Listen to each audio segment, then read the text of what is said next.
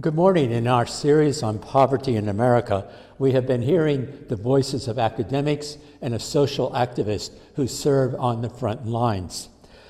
They speak to the realities of life lived in poverty and to its causes and some of its remedies. So they are dealing with the concrete realities of economic, political, social, and psychological conditions. This morning, however, I would like to suggest that there's another dimension in dealing with the realities of poverty, and that is the spiritual dimension. To do that, I want to introduce us to a different voice, the voice of a theologian.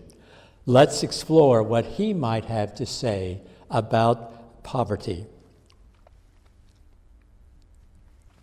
The voice I would like to introduce is that of Howard Thurman. As you can see from the screen, he lived from 1899 to 1981. Howard Thurman was a prominent African-American voice active in the middle of the 20th century.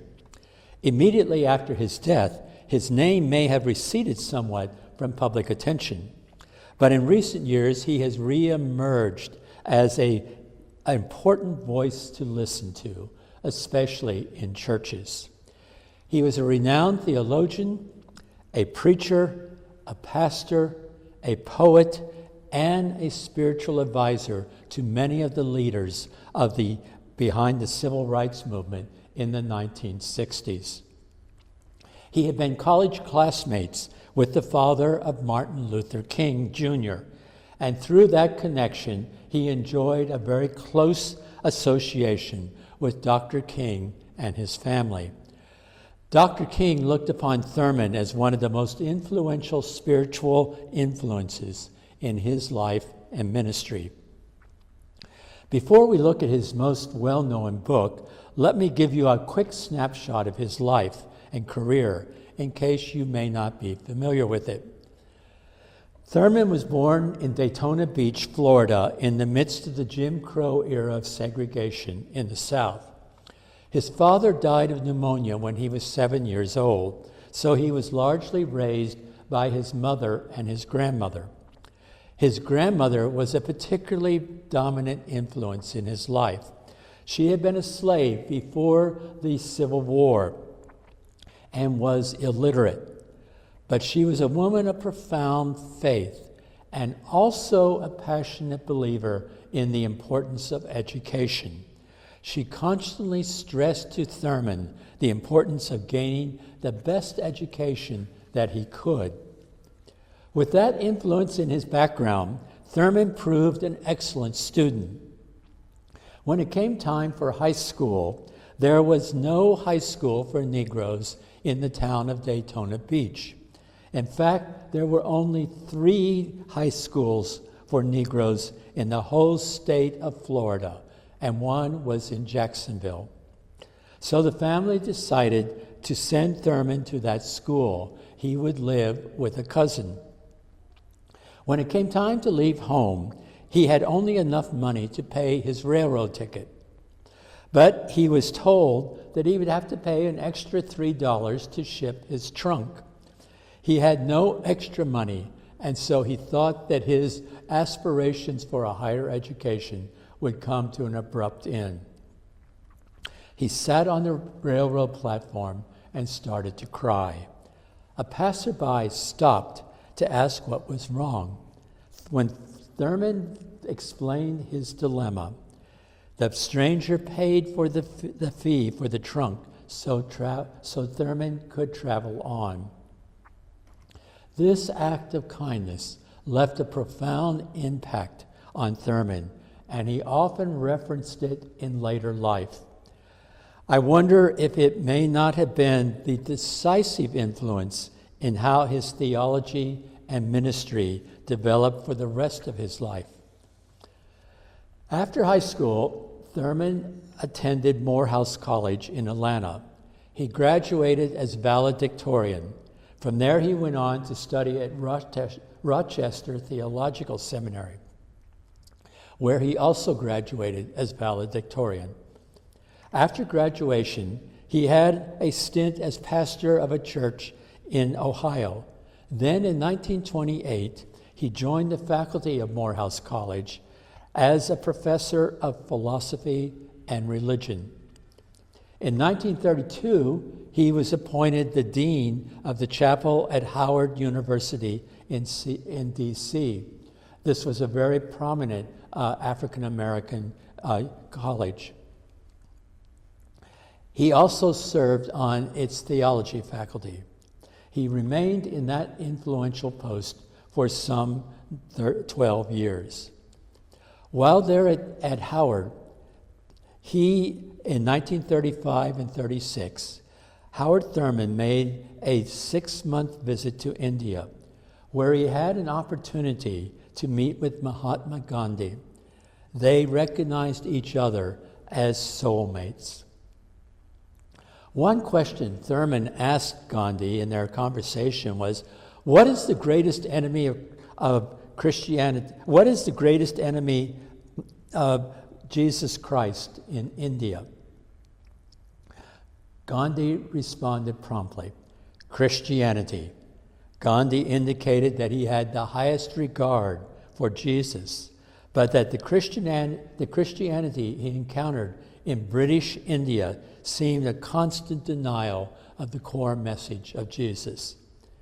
Gandhi told Thurman that he hoped it was actually through America's African Americans that his message of nonviolence might spread out into the wider world beyond India. In 1944, Thurman became co-pastor, along with a white pastor, of the Church for the Fellowship of All Peoples in San Francisco. This church sought to create a truly integrated church which welcomed whites, blacks, and other ethnic groups on an equal basis. In 1953, he was invited to Boston University, where he became the dean of the university chapel.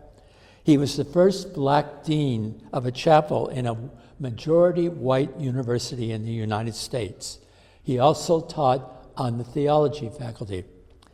He retired in 1965 and then returned to San Francisco, where he continued to write and spiritually monitor students and activists until his death in 1981. He was a renowned preacher, a poet, and a mystic, in addition to his academic and pastoral roles. It is his contribution to mystical spirituality that I first became familiar with his name. As interest in contemplative spirituality expands today, he is becoming to be recognized as one of the great American contributors to that line of spiritual development. But he is best renowned today for the immense influence he exercised as spiritual advisor to the many leaders of the civil rights movement in the 1960s and 70s. As I mentioned earlier, he had a particularly close relationship with Martin Luther King.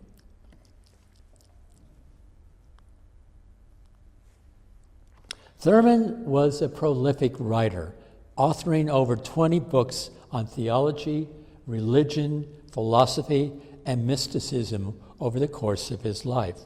His most famous book was Jesus and the Disinherited, first published in 1949. This is the book that we will look at this morning as our contribution to the study of poverty in America. I have been asked to discuss this book with you, but I will tell you that I do so with a great nervousness and caution. Thurman wrote this book in the midst of the Jim Crow era. In it, he was primarily addressing fellow African Americans who, like him, had and still were experiencing political, economic, and social oppression.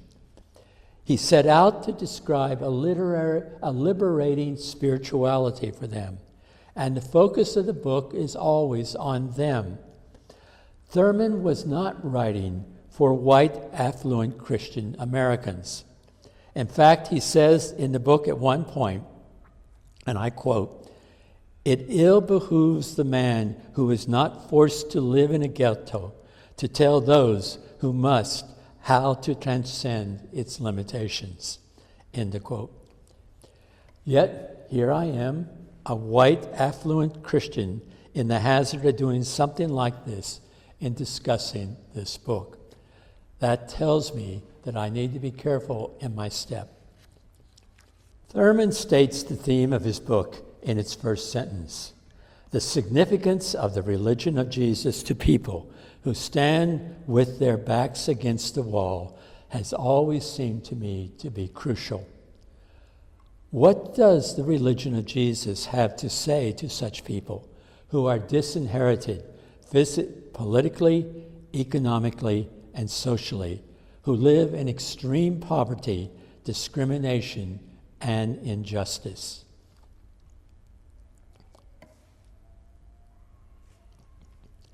Not much, Thurman says. To those who need profound succor and strength to enable them to live in the present with dignity and creativity, Christianity has often been sterile and of little avail. That's because conventional Christianity, in its formal expressions, has become the religion of the powerful and the privileged. A religion that started out with an immersion in suffering and persecution has become secure by a ruthless exercise of power against the weak and the defenseless. In such a Christianity, it is unlikely that one will find a word of spiritual counsel for the disinherited. Yet there is indeed a word in Christianity for the disinherited, Thurman argues, but it must be found in the religion of Jesus, not in the conventional religion that bears his name. To understand what Jesus has to say to the disinherited, we must begin by recognizing the striking similarity between the social position of Jesus in Palestine in his day and that of African Americans and other disinherited people in our own day. Our own day meaning the 1940s and 50s when the book was first published. We must begin, he says, with the simple fact that Jesus was a poor Jew living in poverty in first century Palestine. I find it striking that Thurman emphasizes that Jesus was a poor Jew. That is something that often gets disguised in a lot of artistic renditions of Jesus through Christian history. Palestine at the time was the homeland of Jews, but it was also occupied territory.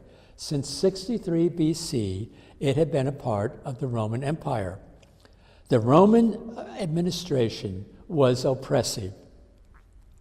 How was a Jew to survive in a culture that was oppressively taxed, where there was few checks against injustice, and where Gentiles looked on Jewish culture with contempt?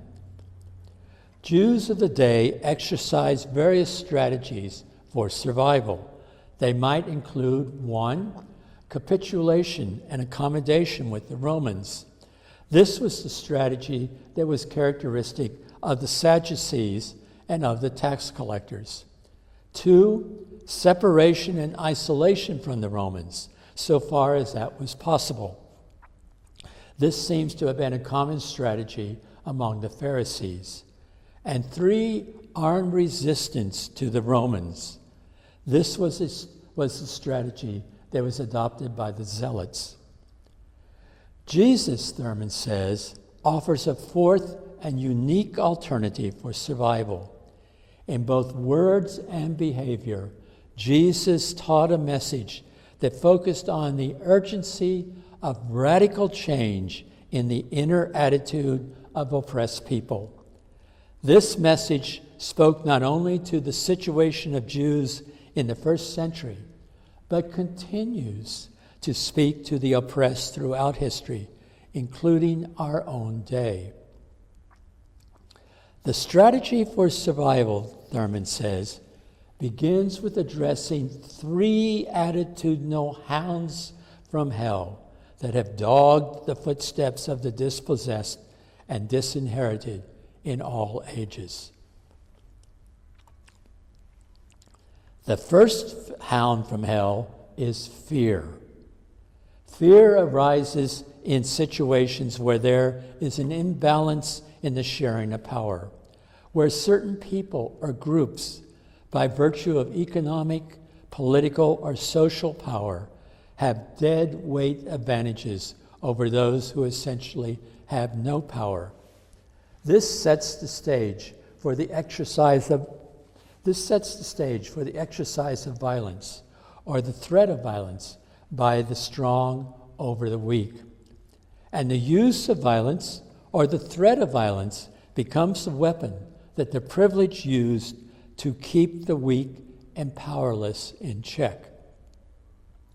Thurman clearly has in mind the Ku Klux Klan and the culture of lynching in the era that he grew up in.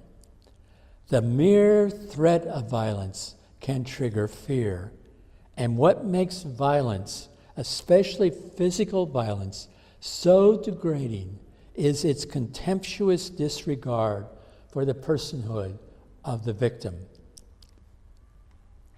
He shares a personal story to illustrate what he means by disregard of the personhood.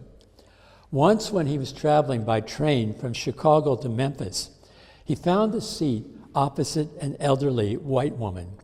When he sat down, she took immediate notice that with great displeasure. When the collector came to collect the tickets, the woman pointed to Thurman and said to the conductor, What is that doing in this car?" The conductor responded with a bit of humor, "That has a ticket." The woman could not bring herself to recognize Thurman as a person. He was, in her eyes, only an impersonal that. There are some things that are worse than death, Thurman says. To deny one's own integrity of personality in the presence of human challenges is one of these. Fear arises, Thurman says, as the safety device with which the oppressed surround themselves in order to give some measure of protection from complete nervous collapse. How then does Jesus address the reality of fear? The core of Jesus' response is to emphasize for the disinherited that they are all children of God. And if God is concerned about the minutiae of nature, like the flowers of the field and the birds of the air, they can have confidence that God is mindful of them too. That means they count. They belong. By the way, I think Thurman would have been perfectly comfortable with the phrase Black Lives Matter because it hits at the important conviction that the lives of the disinherited do indeed matter. This confidence, Thurman says, is the sure grounding for a sense of personal dignity and profound self-worth. Confident in the fact that they are all children of God, the disinherited can be secure in whom they are.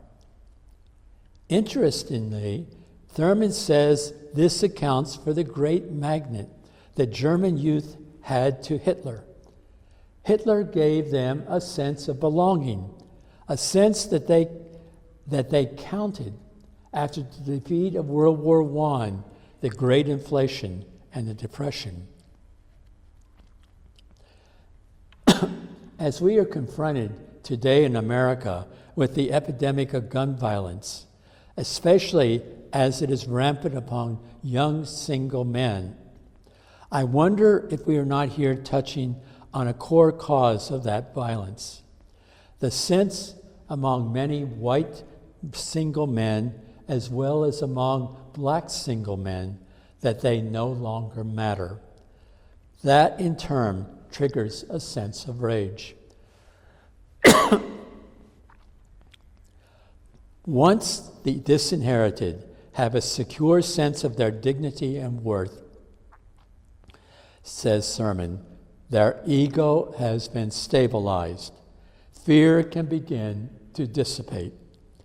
The disinherited can begin to appraise the environment in which they live and also begin to appraise their own intrinsic powers, gifts, talents, and abilities.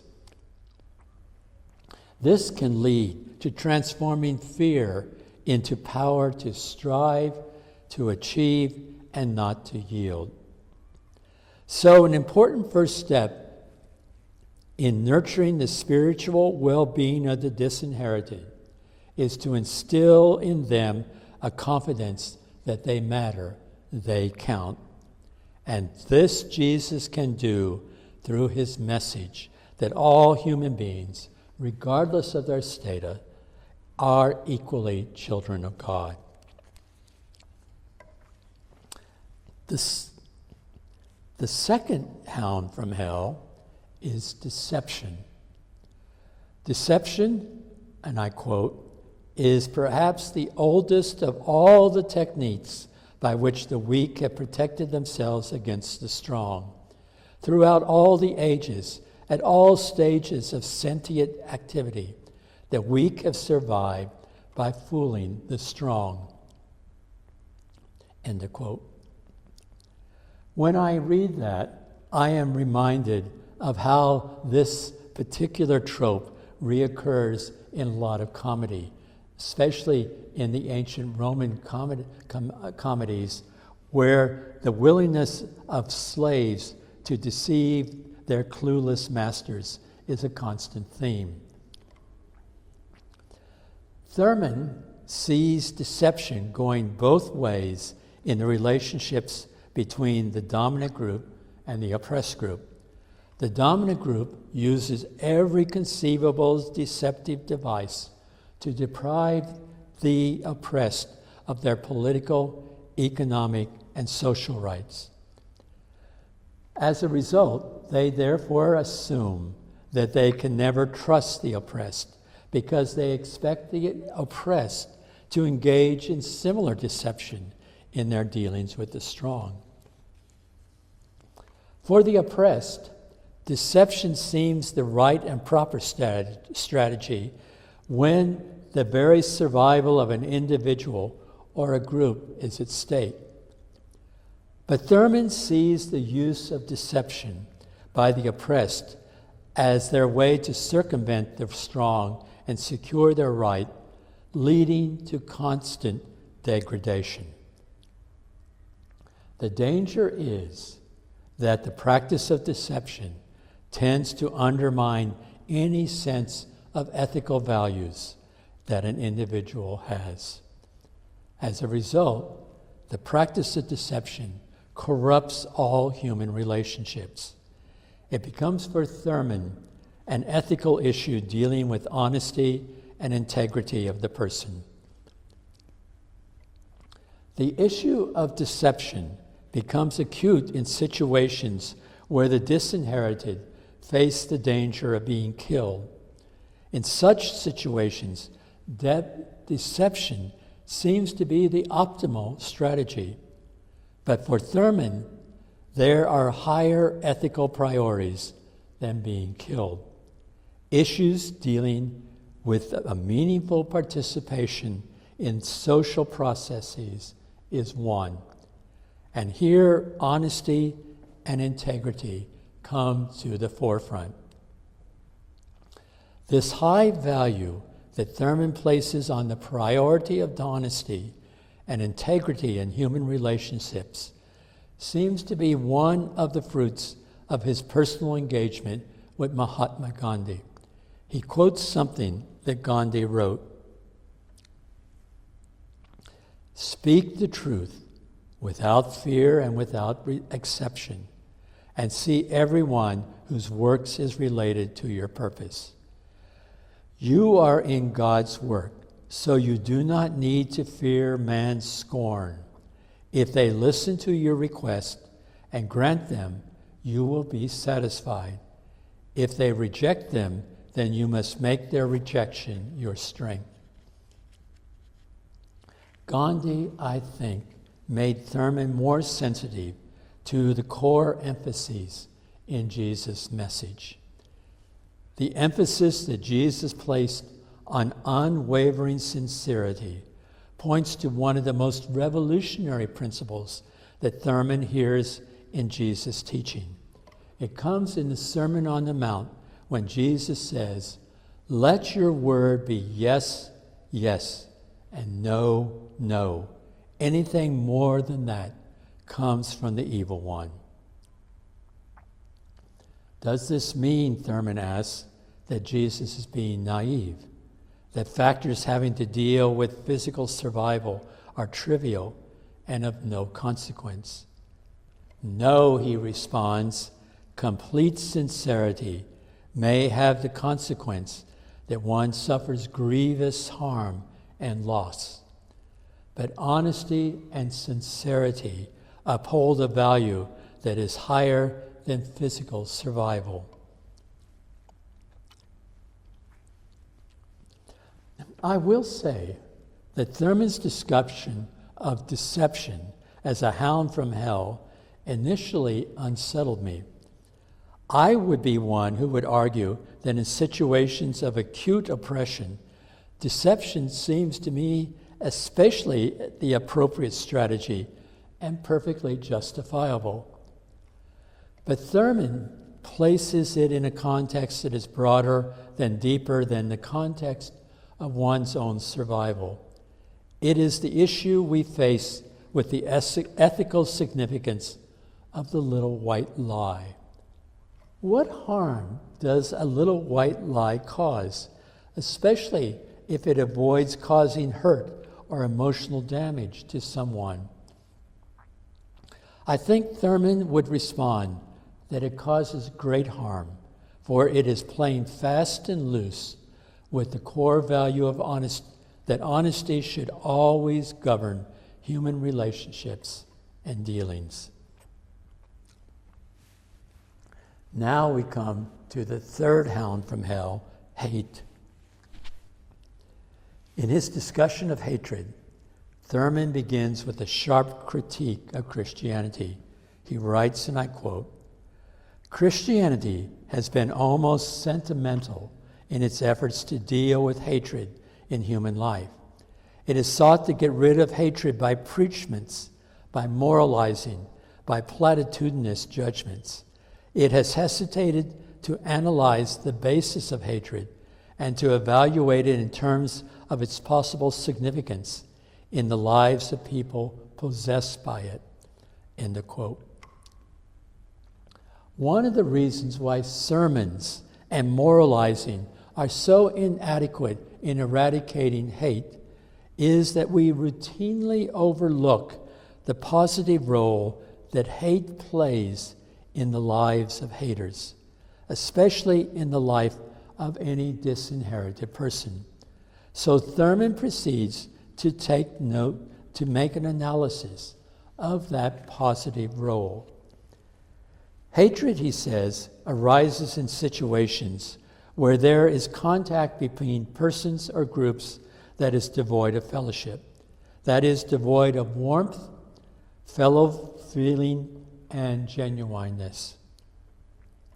This, in turn, leads to an understanding of one another that is unsympathetic. That then leads to an actual functioning of ill will. What is important to Thurman, however, is the positive function that hatred plays in the life of the hater, especially if the hater belongs to the disinherited.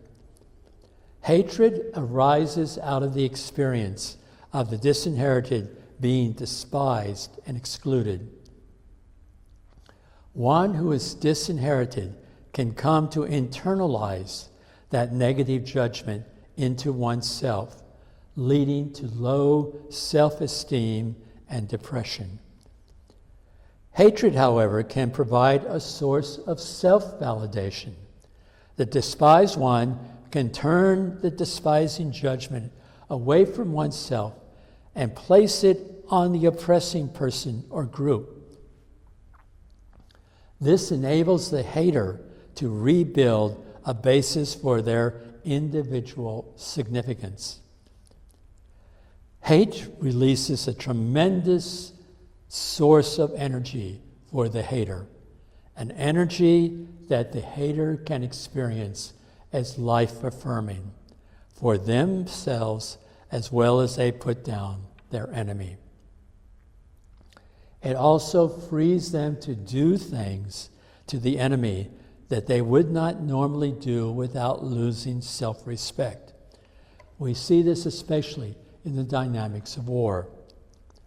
All this makes hatred hard to eradicate, Thurman says, because the hater experiences it as life-affirmative rather than life-denying. Here's what he says, and I quote, "For the weak, hatred seems to serve a creative purpose. It may be judged harshly by impersonal ethical standards, but as long as the weak see it as being inextricably involved in the complicated technique of survival with dignity, it cannot be easily dislodged." Despite this seemingly positive function that hatred plays for the hater, Thurman says hatred ultimately destroys the core of the life of the hater. It begins by hatred being directed to the oppressor, but cannot be confined only to those oppressors. It easily morphs into indiscriminate hatred towards others, and it also dries up the springs of creative thought in the life of the hater.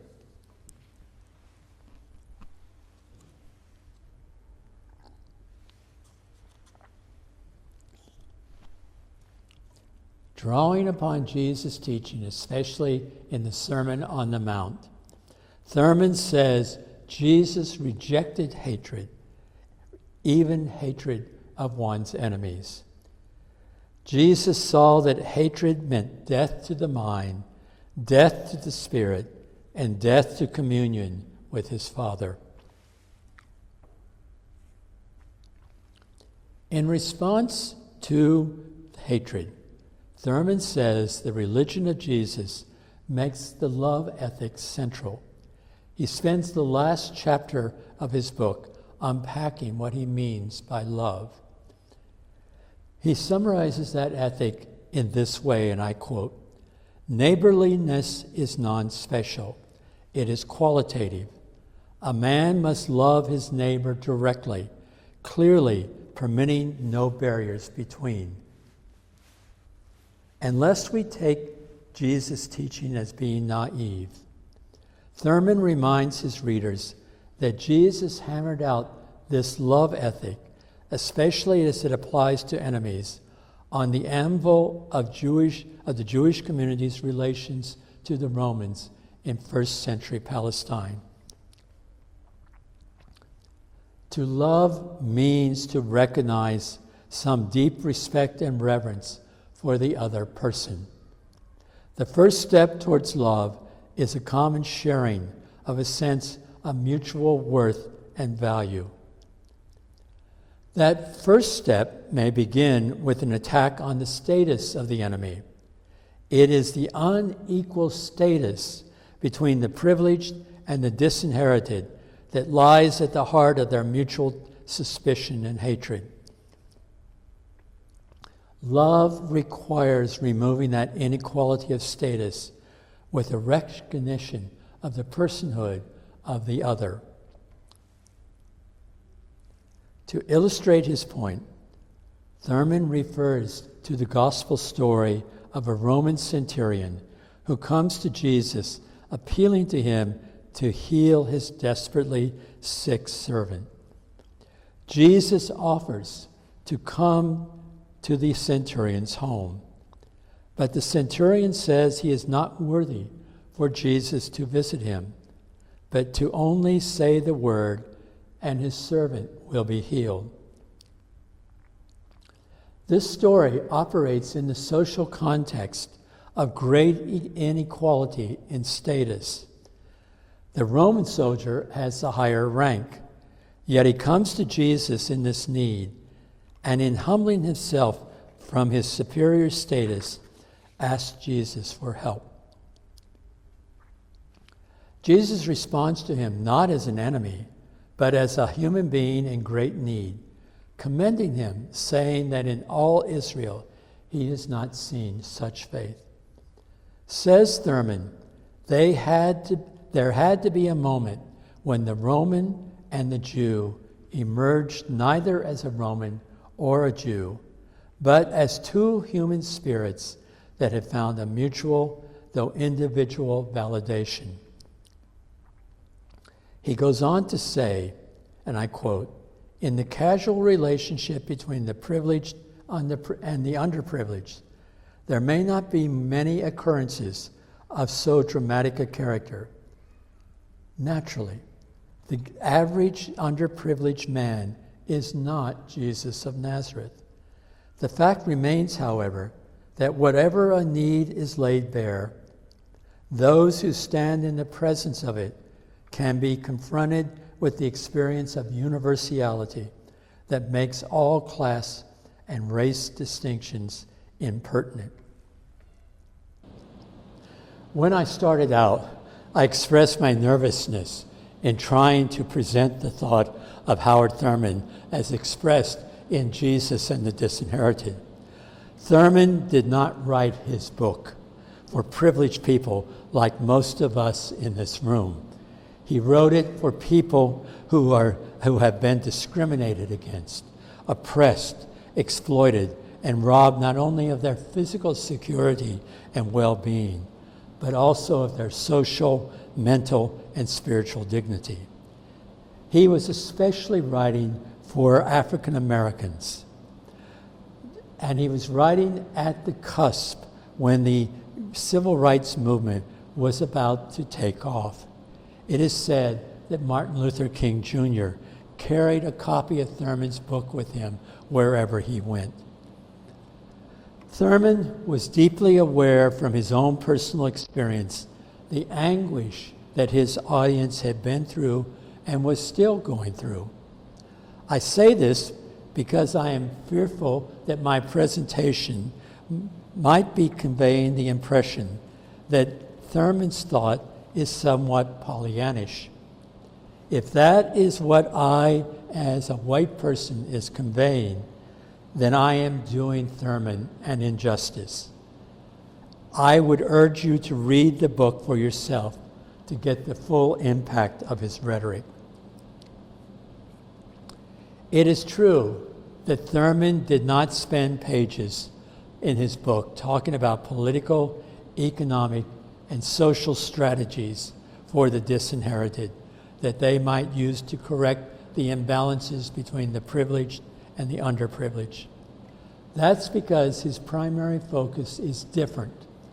He is primarily concerned with addressing the spiritual dimensions involved in the underprivileged trying to right the imbalances and injustices of their situations.